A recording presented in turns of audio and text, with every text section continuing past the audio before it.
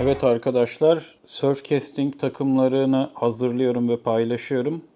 Ben sadece kendime takım yapıyorum bu arada. Bir satış vesaire böyle bir takım yapmıyorum. Çok fazla soru geliyor. Abi bunun detaylarını paylaşır mısın? Nasıl yapıyorsun? Vesaire diye. Şimdi Bursa turnuvası için hazırlanıyorum ama genelde ben bir takım yapmaya başladığımda çok uzun vadeli, hani bazen bir yıllık takımımı yapabiliyorum turnuvalar için. Yine öyle bir durum var. Hani önce Bursa, sonra İstanbul, sonra Fas veya başka turnuvalar ne olursa artık katılacağım turnuvalarda çeşitli versiyonlarda takımlar yapıyorum. Bu çeşitli versiyonlar su şartları, hava şartları, balık çeşitleri, derinlik, dip yapısı vesaireye göre değişiyor. Olabildiğince olasılıkların hepsine göre takım yaparsak orada zaman kaybetmiyoruz. Orada takım bağlamak, yapmakla uğraşmıyoruz. Kutudan hazır takımları çıkartıyoruz ve zaman kaybetmeden yemleyip atıyoruz. Bunun için olabildiğince stokluyorum. Dünyada da profesyoneller böyle yapar. Hani orada kaybedilen bir dakika bazen sıralamayı değiştiriyor. Bunu biz de yaşadık, gördük. Şimdi size kabaca bir surfcasting takımı nasıl yapıyorum onu göstereceğim. Şimdi öncelikle surfcasting takımı yapımına bedeni seçerek başlıyoruz. Ben Yuki'nin Invisible teknolojisi fluorokarbon kaplama beden misinasını kullanıyorum bu sefer. Bunun özelliği sürtünmeye çok dayanıklı. Videoları var. Çok zor kesiliyor kayaya vesaire sürtündüğünde. Aynı zamanda bir fluorokarbon kadar olmasa da bir görünmezlik özelliği var. Onun için bunu tercih ediyorum. Ama bunun dışında başka beden monofilament misinaları da kullanabilirsiniz. Burada bizim genelde sevdiğimiz şey şudur. Burada mesela extra strong yazıyor şurada. Bu ekstra sert anlamındadır. Beden misinanız ne kadar sert olursa atışlarda esneme yapmadığı için yapıştırdığınız yapıştırıcı o kadar zor kopar. Başka markaların da monolarını bedende kullanırken buna dikkat edin. Yani sert olursa yapışkan daha iyi tutuyor esnemediği için, ama esnek lastik gibi bir misine olursa o zaman her attığınızda o lastik gibi esnediğinde yapıştırıcının yapıştığı yerler boncukları salmaya başlıyor. Onun için genelde sert olanları tercih edin. Yapıştırmayla yapacağınız takımlar için. Ben bu sefer bunu seçtim. Zaman zaman farklı markaların farklı misinalarını da kullanıyorum. Beden misinasına yapıştıracağımız boncuklar şu şekilde. Hani bunları size daha yakından da göstereceğim. Bunlar Yuki'nin boncukları. Türkiye'de çok marka getirmiyor ama Yuki'de mevcut. Buna benzer manifaturacılarda da böyle minik boncuklar bulunabiliyor. Bakın, eğer kaliteli böyle cam boncuklar bulursanız onları da kullanabilirsiniz ama çok iri olmamalı. İşte misinanızın kalınlığına göre olmalı. Yapıştırıcı onu eritememeli. Çünkü biz güçlü Japon yapıştırıcılar kullanıyoruz. Eğer malzemesi çok iyi değilse aldığınız o boncuklar kendileri erimeye başlayabiliyor. Şeffaflıklarını da kaybediyorlar. Yuki'de, Türkiye'de bu boncukları bulabiliyoruz. Oltaya geldim, ağ balıkçılıkta şu an. Yani web sayfalarında göremedim ama hani mesaj atarak ya da telefonla arayarak sorduğunuzda size yardımcı olurlar. Bunların benim elimde kırmızısı var. Bunlar aslında boyutlarına göre kırmızı biraz daha küçük. Şeffafı var, bir de sarısı var. Ben bunların hepsini deniyorum. Hani meraya göre, balığa göre bir faydası oluyor mu, olmuyor mu? İşte aynı zamanda benim yurt dışından aldığım UV'li olanı da var. Hani balığın dikkatini çekmek için işe yarayabilir, kullanılabilir. Ama ya genel olarak şeffaf olanı en iyisi. Hani balığın dikkatini çekme kısmını daha çok üzerine taktığımız köstek üzeri boncuklarla halledebiliriz. Bende hepsi var. Ara sıra deniyorum ama hani bir tanesi çok büyük fark yaratıyor diye şimdiden bir size söyleyebileceğim tecrübem yok. Şeffaf iyidir. Olabildiğince ufak olsun. Ana beden misinanız içinden olabildiğince boşluğu doldurarak geçsin ki yapıştırıcı daha az girsin içine. Eğer boncuk çok büyük, kullandığınız mono misina çok küçük olursa çok fazla boşluk kalıyor boncuğun içinde ve çok fazla yapıştırıcıyla doldurmak zorunda kalıyorsunuz ve genelde daha az sağlam oluyor. Boncuğun içindeki boşlukla kullandığınız beden misinası ne kadar sıfıra sıfır geçerse boncuk o kadar iyi tutuyor. Buna dikkat edin. Hani baktınız kalın bir boncuk var, içi geniş, o zaman 0.30'lar değil de 0.40 0.50 beden misinaları kullanın. En azından o boşluğu doldurursunuz. Ama ince takım yapmak istiyorsanız özellikle turnuvalarda biz öyle yapıyoruz. Boncuklar ufak olmalı, beden de ona göre ince olmalı. Şimdi beden misinamızı hiç kesmeden bu şekilde bir dizim yapıyoruz. Hani artık kaç takım yapacağız, kaç köstekli yapacağız ona göre bir tane boncuk, bir tane fır döndü, bir tane boncuk, bir tane boncuk, bir tane fır döndü, bir tane boncuk şeklinde devam eden bir sıra yapıyoruz. Bunu hazırlarsak çünkü sonrasında daha kolay oluyor. Tek tek bütün bedenler için bunu hazırlamaya uğraşırsan daha çok zaman kaybediyorsun. Diyelim 10 tane takım yapacağım. Hepsi üçlü. 30 tane fır döndüğü bu şekilde diziyorum. Daha sonra kullanacağım, ihtiyacım olan kadar kese kese buna devam ediyorum. Şimdi ben 4 tane fır döndü takmıştım. Bu seriye devam edeceğim. Bir 10 takım yaparım. 30 tane dizene kadar bu böyle devam edecek. Bu şekilde boncuğu parmağıma yapıştırıyorum. Misinanın ucuna geçiriyorum. Gördüğünüz gibi. Bu bir. Daha önce fır döndü koyduğum için ikinciyi alıyorum. Burada geçiriyorum. Gördüğünüz gibi 2 boncuk taktık. Şimdi ana malzemelerimizden diğeri olan fır döndüler. Ben bunu yurt dışından aldım. 22 numara fır döndü. Turnuvalar için kullanıyorum sadece bunu. Hani balık çok büyük olmuyor. En fazla kiloluk gelir ki bu hani akıllı çekersen 3-4 kilo balığı da rahat rahat çeker. Bu fır döndüler 22 numara. Bir tane fır döndü alıyorum. Burada geçiriyorum. Bakın gördüğünüz gibi 2 boncuk bir fır döndü. Şimdi tekrar bir boncuk daha alıyorum. Sonra bir boncuk daha. Ve gördüğünüz gibi 2 boncuk bir fır döndü setini yaptık. Bu şekilde devam edip şimdi 30 tane fır döndüğü dizeceğim. Takım yapmaya başlayacağım. Evet, şimdi bu takım tezgahımız. Bunu ben hazır aldım. Çeşitli markaların bu takım tezgahından var. Yuki gibi, Stonfo gibi, Turkana gibi. Siz de bunlardan bir tane temin edebilirsiniz. Bu 3 metre 20 santime kadar açılabiliyor. Bazen turnuvalarda o kadar büyük takım yapmamız gerekebiliyor. Burada gerdirme için yayları var. Bu siyah kısma az sonra göstereceğim. Boncuk ve fır döndüğü getirip yapıştırıyoruz.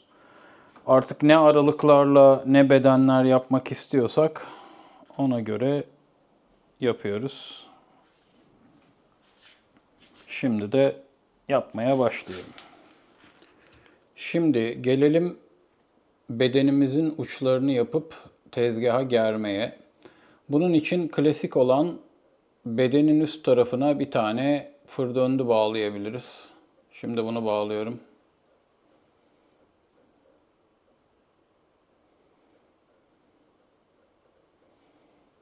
Bunu bağlarken ben uni düğümü tercih ediyorum. Genelde hiç sorun yaşamadım. Bunun içinden 5 kere geçirerek. Evet, şimdi düğümü bitirdim. Hazırladığımız takımın makineden gelen ipe takacağımız kısmına böyle bir fır döndü yapabiliriz. Bu seçeneklerden biri. Burada bir fır döndü olmasının avantajı takım çok rahat dönerek daha avcı hale gelir. O takımın rahat dönebiliyor olması kösteklerdeki gamma azaltır. Aslında daha etkilidir. Seçeneklerden bir tanesi bu. Diğer seçeneğimiz bu Stonfo'da var. Başka markalarda var mı bilmiyorum. Bazı sazan takımlarında da kullanıyorlar sanırım. Düğüm koruyucu dediğimiz bir aparat var. Çıkarttığımızda şöyle bir şey gördüğünüz gibi hani böyle bir spiral. Bunun içinden şu misinamızı geçiriyoruz. Böyle. Gördüğünüz gibi. Sonra burada bildiğimiz kasa düğümünü atıyoruz. Ama ben bunu biraz daha sağlam olsun diye ikili atıyorum. Şöyle yapıp sonra bir kat daha alıyorum. Gördüğünüz gibi. Yani çok düğümün detayını görmeseniz de sonuçta kasa düğümünün ne olduğunu biliyorsunuz. Amaç şöyle bir takma yeri oluşturmak. Buna klasik kasa düğümünü atıyorum. 3 kere çeviriyorum içinde. 3 kere çevirdim. Şuradan çekip gerdiriyorum. Gördüğünüz gibi. Bunu tek kat da yapanlar var. O zaman şurada bir tane misinanız oluyor. Yani ben bunu birkaç kere koparttım çok abandığımda. Onun için ben bunu çift kat yapıyorum. Böylece çift misina oluyor. Bazen bunun tekinin kopup tekinin geldiğini de gördüm. Onun için tercihim bu. Şimdi şu fazlalıkları keseceğim. Şimdi düğümün fazlalıklarını kestim. Bu düğüm koruyucu dediğimiz aparatı önceden geçirmiştim. Bunu buradan ittiriyoruz. Düğüm uçlarını içeri alıp gördüğünüz gibi şöyle düğümü kapatıyoruz. Bunun bize avantajı şu oluyor. Fır döndü gibi bedeni çok fazla hareket ettirmese de ortada bir düğüm veya düğümün uzantısı misinalar olmadığı için üst kösteğimiz daha az dolanıyor ya da hiç dolanmıyor. Bu yüzden bu düğüm koruyucuyu kullanmayı seviyoruz. Özellikle turnuva takımları çok inceler, çok ince köstekler var. Bazen yüzdürücü boncuklar kullanıyoruz. O zaman bu düğüm koruyucu çok güzel çalışıyor. İsterseniz bu düğüm koruyucunun içine ya da düğümün üzerine ufak bir damla da Japon yapıştırıcısı yapıştırıp daha da sağlam olmasını sağlayabilirsiniz. Yani ben bazen yapıyorum, bazen yapmıyorum. Birkaç kere böyle hani sanki onun yüzünden koptu gibi bir şeyler yaşadım. Bu sefer yapmayacağım ama yapılabilir de. Yani çok daha kalın bir misina ile sağlam bir takım yapıyorsanız bence sorun olmaz ama bizim turnuva bedenleri çok ince, onlara zararlı olabiliyor. Şimdi takımı gerdirip yapıştırma aşamasına geçiyorum.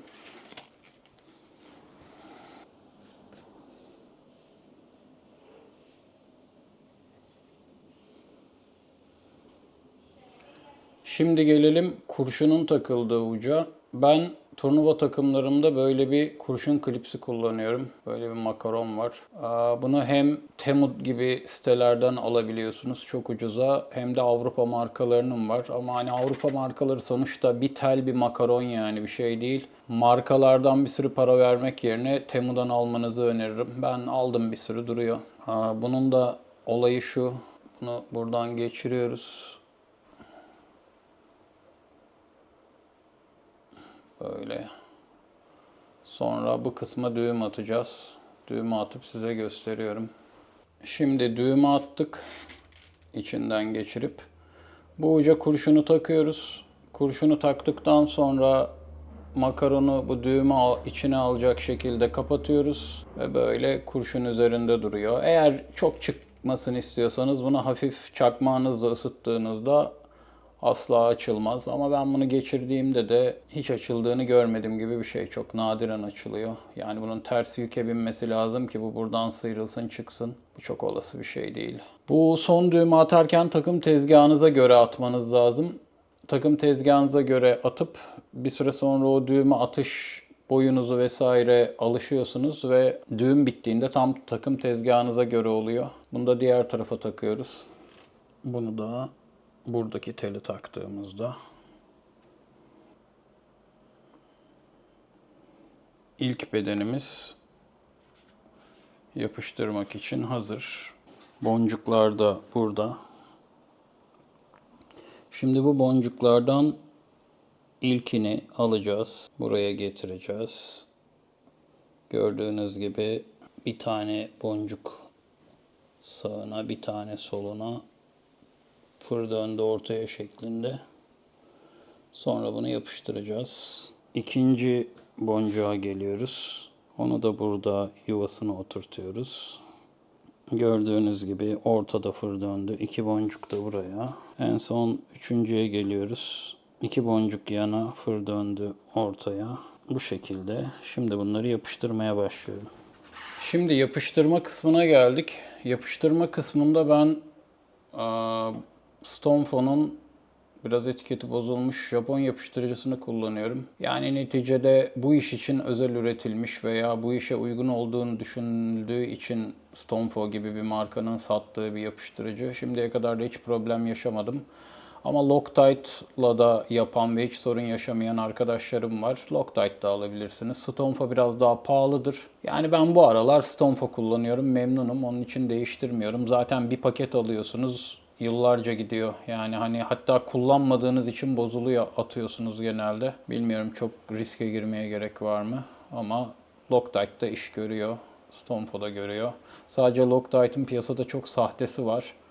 Onları alırsanız pişman olursunuz. Böyle sahte satmayacağından emin olduğunuz bir yerden alın. Şimdi burada yapıştırırken ben bir yem şişi kullanıyorum. Yem şişini yapışkana daldırıp üzerine biraz yapıştırıcı biriktirip fazlalığını atıp misinaya koyuyorum. Boncuğu ittirdiğimde zaten yapışkanı içine alıyor. Böyle biraz sağına soluna da sürdüğümüzde zaten o boncuğun içindeki boşluk otomatik olarak çekiyor onu, doluyor. Bu şekilde yapıştırıyorum. Şimdi aynı işlemi her bedendeki 3 köstek içinde yapacağım. Burada fır döndü içinde durduğu için hareket etmiyor ve yapıştırdığınız kısımlara temas etmiyor.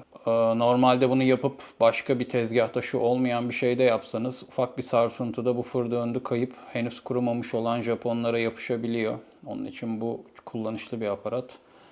Burada bu iki boncuğun arasını çok açmamanız lazım. Ya çok fazla açarsanız fır döndü daha yatay durabiliyor ve kösteğinizin dolanma olasılığı artıyor. Bir dozu var. Yani hani şu mesela iyi. Daha dar yapabilirseniz yapın ama bu sefer sağa solu yapıştırmaya başlıyorsunuz. Şu bence ideal. Şimdi diğer 3 kösteği de yapacağım. Sonra da 10 tane takıma aynı işlemi yapacağım ve kurumaya bırakacağım. Evet, 10 takımın hepsini yapıştırdım 3 köstek olarak. Burada birinci köstek, burada ikinci köstek. Burada da üçüncü köstek. Bazı kaymalar oldu. Ama oluyor. Onları düzelttik kendimizce. Böyle devam ediyor. Buradan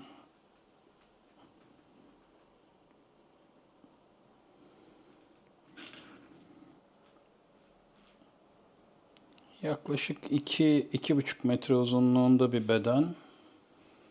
Üzerinde 3 tane kısa köstek olacak. Bu takım bu. Bana bu lazımdı. Diğer takımlarımdan vardı. Bu yoktu. Bunu yaptım. Ama temel olarak bütün hepsinin yapılışı aynı. Birazdan birisi kuruduğunda bunlara köstek bağlamayı da göstereceğim.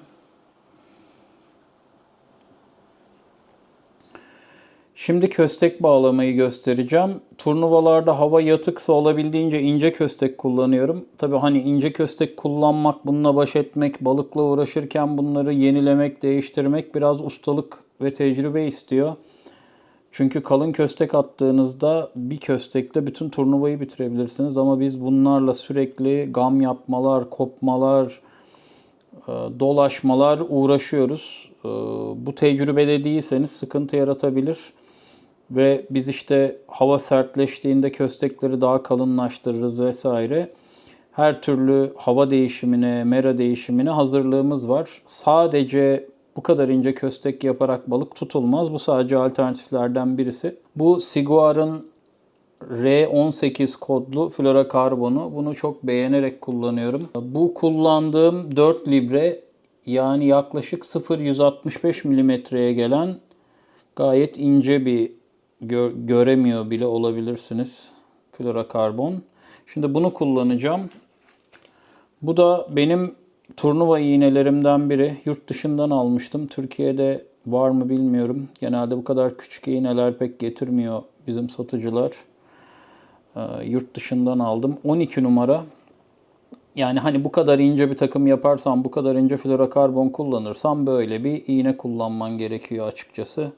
Ama hani dediğim gibi bunların hepsi ustalık istiyor. Hani bu iğneye büyük bir balık bu kadar ince kösteğe yakalandığında bunu çok sakin sakin ustaca çekmek lazım. Yoksa zaten yırtar, kopar, çekemezsiniz. Küçük balıklarda çok büyük sorun olmuyor. Dezavantajı nedir? Buna büyük yem takamazsınız. Ayrıca bazen hani almak istemediğin limit altı balık da bunu yutabiliyor. O zaman hani salamayabiliyorsun. Ama turnuvalarda bütün dünyada bu tarz iğneler kullanılıyor. Avantajlarına gelirsek de iğne çok hafif olduğu için, köstekler ince olduğu için yem doğal haliyle suyun içinde nasıl dalgalanıyorsa, salınıyorsa bunda da öyle salınıyor. Yani gittiğim turnuvaların çoğunda Tunus'ta, İtalya'da, Yunanistan'da, işte İspanya'da bu tarz ülkelerde hep böyle küçük iğnelerle avlanılır surf casting turnuvalarında. Ben turnuvalarda böyle iğneler kullanıyorum ama genel avlarımda kullandığım en küçük iğne 6 numaradır. Turnuvalara özel bir iğne. Şimdi bunu bağlayacağım. Tabii bu iğneyi bağlaması çok zor arkadaşlar. Bu arada elimde gördüğünüz gibi Japon yapıştırıcısı döküldü. Bu hale geldi. Gerçekten bir ara bunları bağlamak için büyüteç almıştım. Şu anda onun ihtiyacını hissediyorum. Neyse geçti.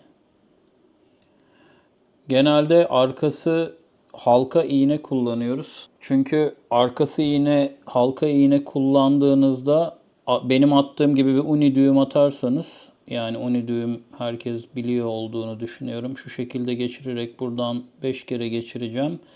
İğne palasının hemen arkasında kalıyor düğümünüz ve çok ince kurt yemleri geçirdiğinizde yemi parçalamadan rahatlıkla geçirebiliyorsunuz. Ama palanın üzerine düğüm atarsanız o palayı zaten bir de düğümle kalınlaştırıyorsunuz. Çok ince kurtları takarken bu sefer kurt oradan geçmemeye, geçerken parçalanmaya başlıyor. Onun için ben bu düğümü tercih ediyorum. Uni düğümü. Bunu buradan 5 kere geçireceğim ve bağlayacağım. Şimdi görebiliyor musunuz bilmiyorum. Şöyle bir düğüm attık. Ve hani küçücük bir düğüm ve gördüğünüz gibi tamamen iğne palasının arkasında kalıyor. İğne palasının arkasında kaldığı için de en ince kurdu bile çok rahat buradan parçalamadan geçirebiliyorsunuz. Şimdi bunun fazlalığını kesip bedene takacağım. Şimdi bu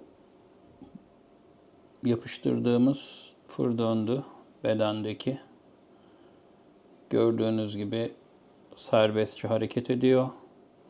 Kösteği buna bağlıyoruz. Kösteği buna bağladığımız için de kösteğimiz de serbestçe hareket edecek, suyun içinde dönecek, dalgalara göre hareket edecek ve balık için daha cezbedici olacak.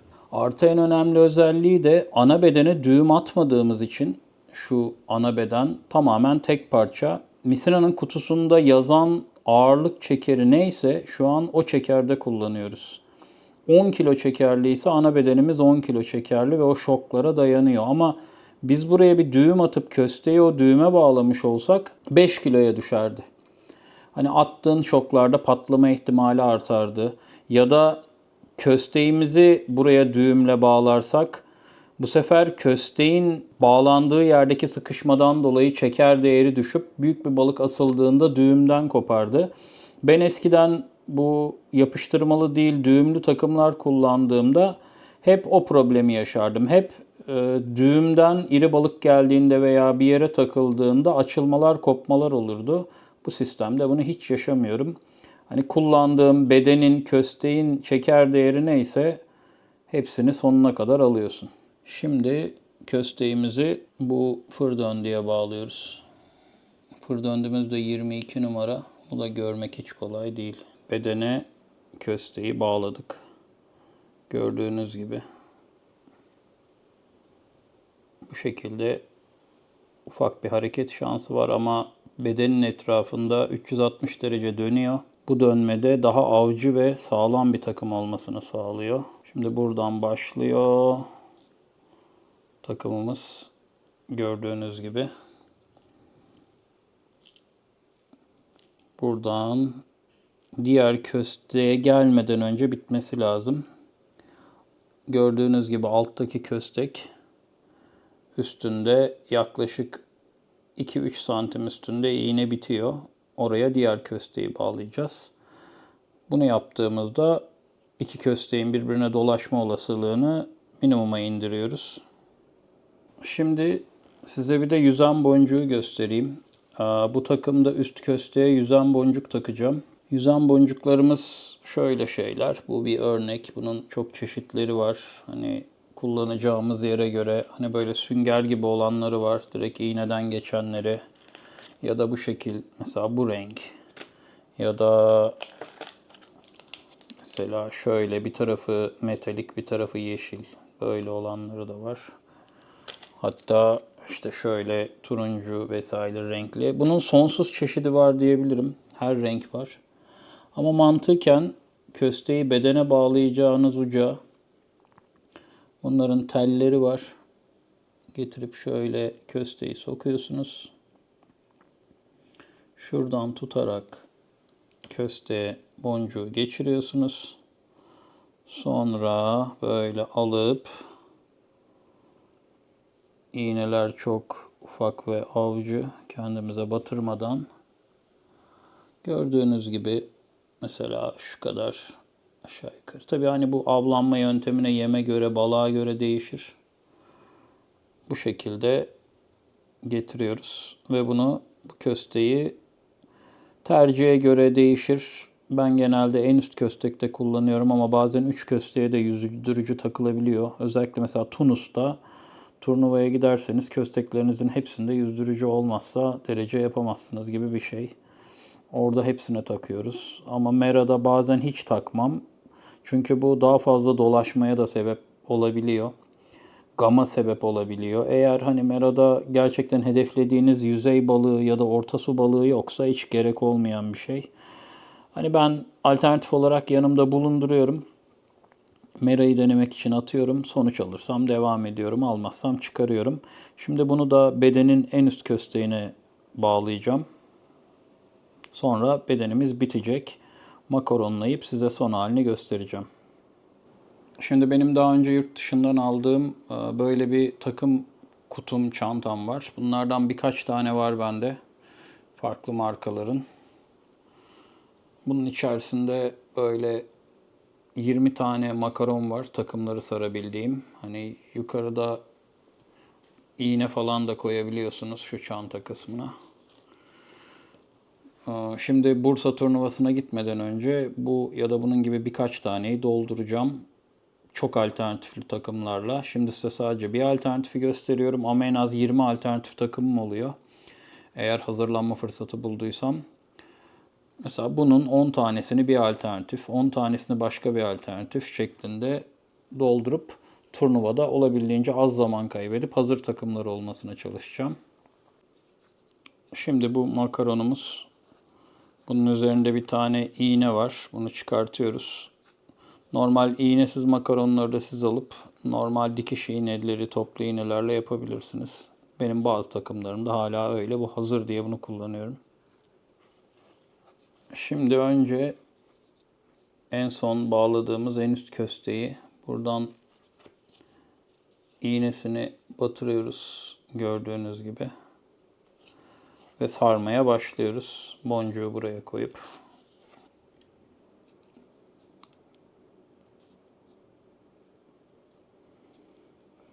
İğneyi dışa takıyoruz. Sonra sarmaya devam ediyoruz. Çok fazla sıkmıyoruz. Çok sıkarsanız çözdüğünüzde gam yapar. Böyle açılmayacak kadar tatlı sert. Sonuncu iğneyi de yine buraya takıyoruz. Ve sarıyoruz.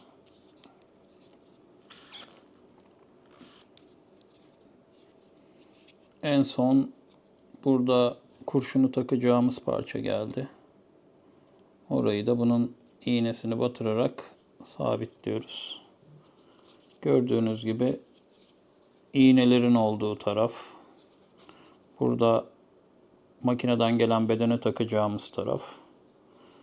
İlk makaronumuz hazır. Açıp direkt yem takıp atabiliriz. Bunu alıyoruz. Çantadaki yerine koyuyoruz. Burada da daha önce hazırladığım başka takımlar var. Alternatifler. Bunlar gibi daha çok takım var. İşte bunlarda da farklı versiyonlar var. Şurada farklı şeyler var. Dediğim gibi belki 20 farklı versiyon takım yapıyorum. Yetiştirebildiğimi, yapabildiğimi evde yapıyorum. Bir kısmını beden olarak yapıp Mera'da ihtiyaca göre bağlıyorum. Şimdilik bu kadar. Çok soru geliyordu takım yapmaya dair. Bu bir başlangıç olsun. Umarım herkese faydası olur. Hepimize rast gelsin. El flow más sensual.